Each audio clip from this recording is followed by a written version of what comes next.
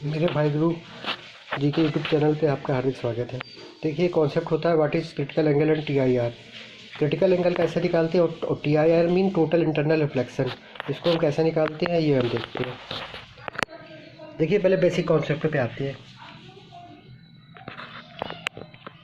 ये रेयर, जब रे जो होती है, अगर रेयर टू डेंसर जाती है तो नॉर्मल की तरफ मुड़ जाती है। ठीक है, जब रेयर से डेंसर जाती है तो नॉर्मल की तरफ रिफ्लेक्ट हो जाती है। और इसमें क्या होता है, जो थीटा 1 होता है आपका थीटा 2 से बड़ा होता है।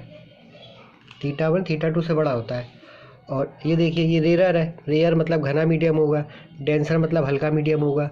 मैं ये रेयर और डेंसर बेसिकली रिफ्रैक्टिव इंडेक्स से इसका मीन है। रिफ्रैक्टिव इंडेक्स क्या होता है?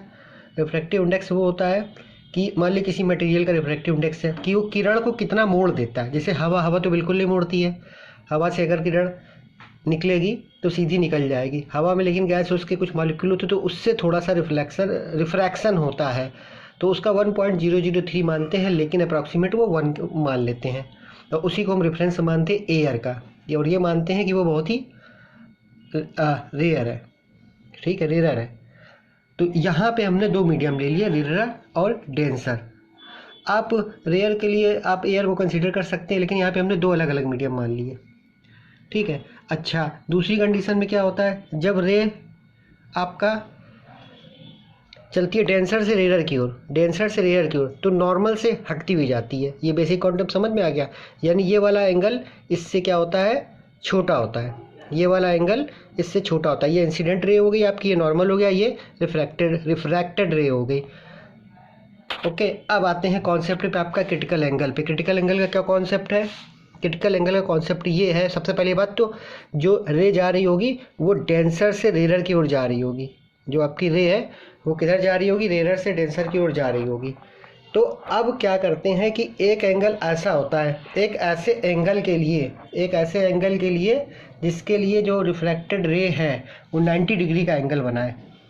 ये कैसे होता है? मान लो ये जा रही है किरण, अगर ये एंगल को हम बढ़ाएंगे तो क्या होगा, ये किरण कैसे आगे की ओर जाएगी, इधर की ओर जाएगी, तो इसी सरफेस से निकल जाएगी, 90 डिग्री का कोण बनाएगी।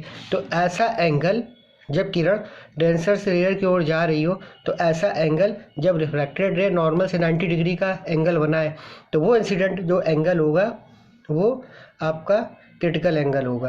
अब देखिए कैसे निकालते हैं।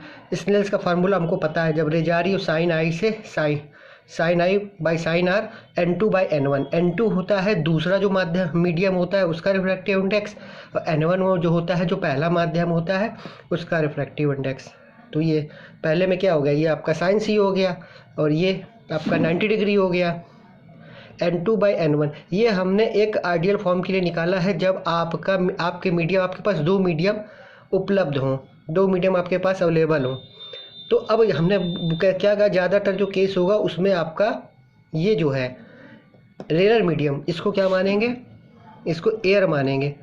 तो ये N2 आपका क्या हो जाएगा, 1 हो जाएगा। जैसा कि हमने बताया था कि एयर का रिफ्रैक्टिव इंडेक्स क्या होता है, 1 होता है। और दूसरा मान लो कोई चीज़ है ग्लास से जा रही है, उसका रिफ्रैक्टिव इंडेक्स n है, तो इस फार्मूले से n equal to 1/sin c आ जाएगा। तो इस तरह से अगर आपका दिया हो क्रिटिकल एंगल दिया हो तो रिफ्रैक्टिव इंडेक्स फाइंड आउट कर लेंगे, और रिफ्रैक्टिव इंडेक्स दिया हो तो क्रिटिकल एंगल को फाइंड आउट कर लेंगे। अब टोटल इंटरनल रिफ्लेक्शन को हम समझते हैं, ये क्या होता है। तो इसमें देखिए, इस एंगल को थोड़ा सा और बढ़ा दें तो ये रिफ्रैक्टेड रे से इधर से निकल जाएगी इस तरफ से, यानी कि अब रिफ्लेक्शन खत्म हो जाएगा पूरी तरह से। अब क्या हो जाएगा, रिफ्लेक्शन, इसलिए बोलते हैं इसको टोटल इंटरनल रिफ्लेक्शन।